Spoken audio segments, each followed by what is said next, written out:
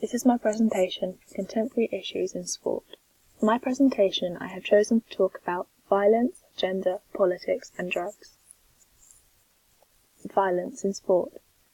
There are 4 different types of aggression in sport: aggression, assertiveness, instrumental aggression, and reactive aggression.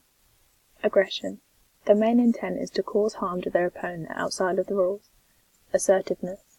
Within the rules and with no intent to cause harm to their opponent. Instrumental aggression. The main aim is to get the ball away from their opponent so that they lose their scoring opportunity. Reactive aggression. When a player tackles their opponent and the opponent's team then gets aggressive and defends their teammate. This often leads to fights between the teams.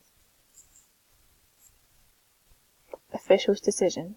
The decision-making by the officials in baseball sometimes does not please the players who committed the offence that the umpire was referencing to.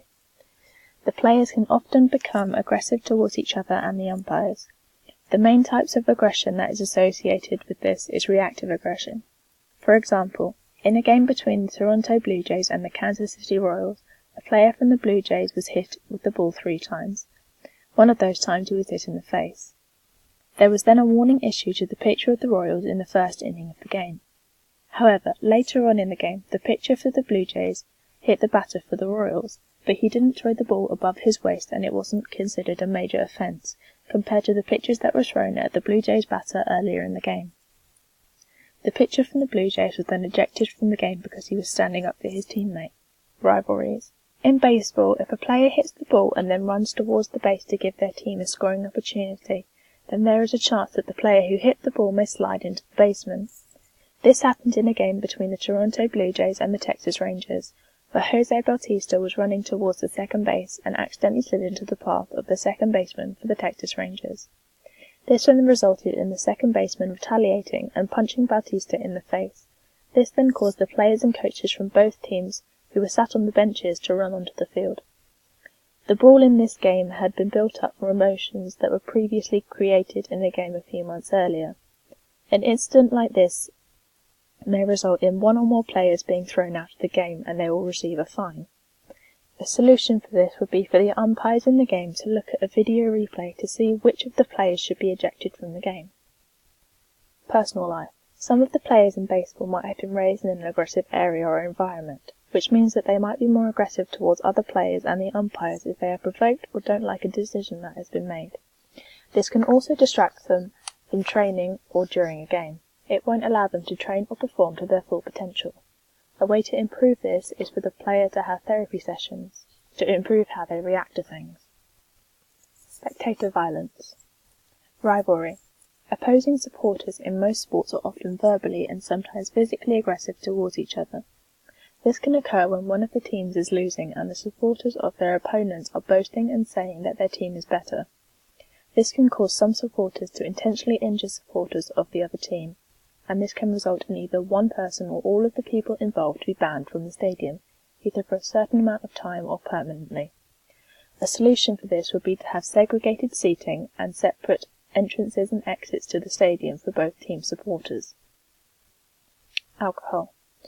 In baseball, spectators are allowed to have alcohol where they watch the game.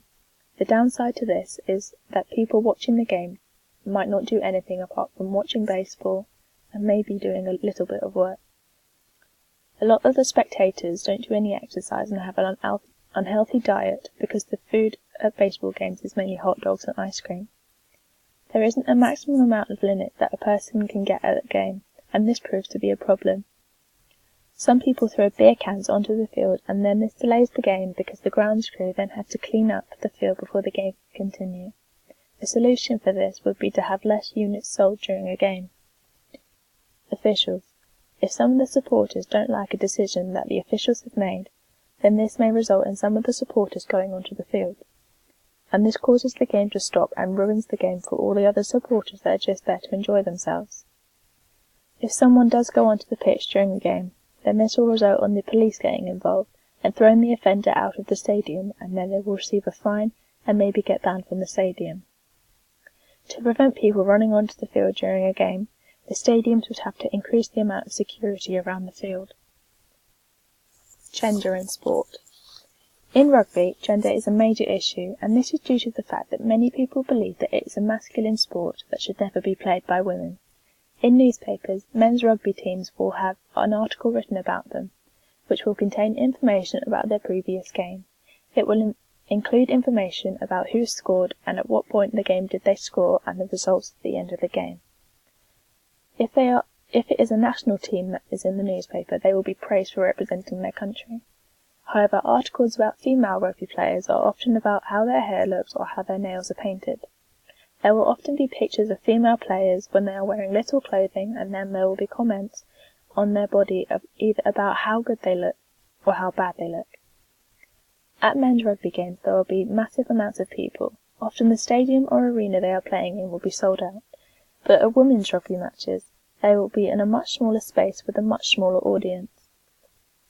History. People's judgment on gender in sport are often influenced by history. Women were never normally allowed to play any sports, and one of the first sports that they were allowed to play was tennis. However, they had to wear big dresses, otherwise it was considered unflattering. Influence. Many people are influenced by their parents when they are growing up, or their friends will have a certain opinion on something and they will agree. People are taught from a young age that women should not play sports, they shouldn't work or have jobs, and that they should stay at home. Schools. In some schools during PE classes, girls aren't allowed to play football because it is considered a masculine sport. The higher the school year, the smaller the amount of girls that play sports at school. They get bored of only being able to play sports like rounders or running and not team sports like football or rugby. The teacher might allow some girls to play football, but that might only happen if they know that they play football outside of school. Politics and sport. In Glasgow there are two teams called the Celtics and the Rangers, and they despise each other.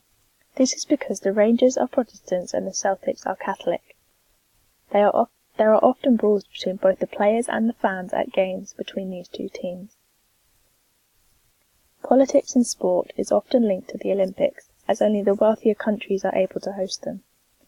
These countries are then advertised on a world stage and are well known across the world.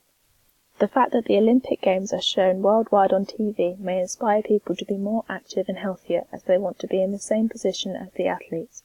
They want the money and the recognition. Drugs in sport. People have many different views and opinions on whether drugs should or shouldn't be used in sport. Opinions on drugs being used in sport is that athletes need to be able to reach their full potential, they need to use drugs to enhance their performance. And less economically developed countries are going to need all the help they can get during big tournaments, as people believe that they are at a disadvantage.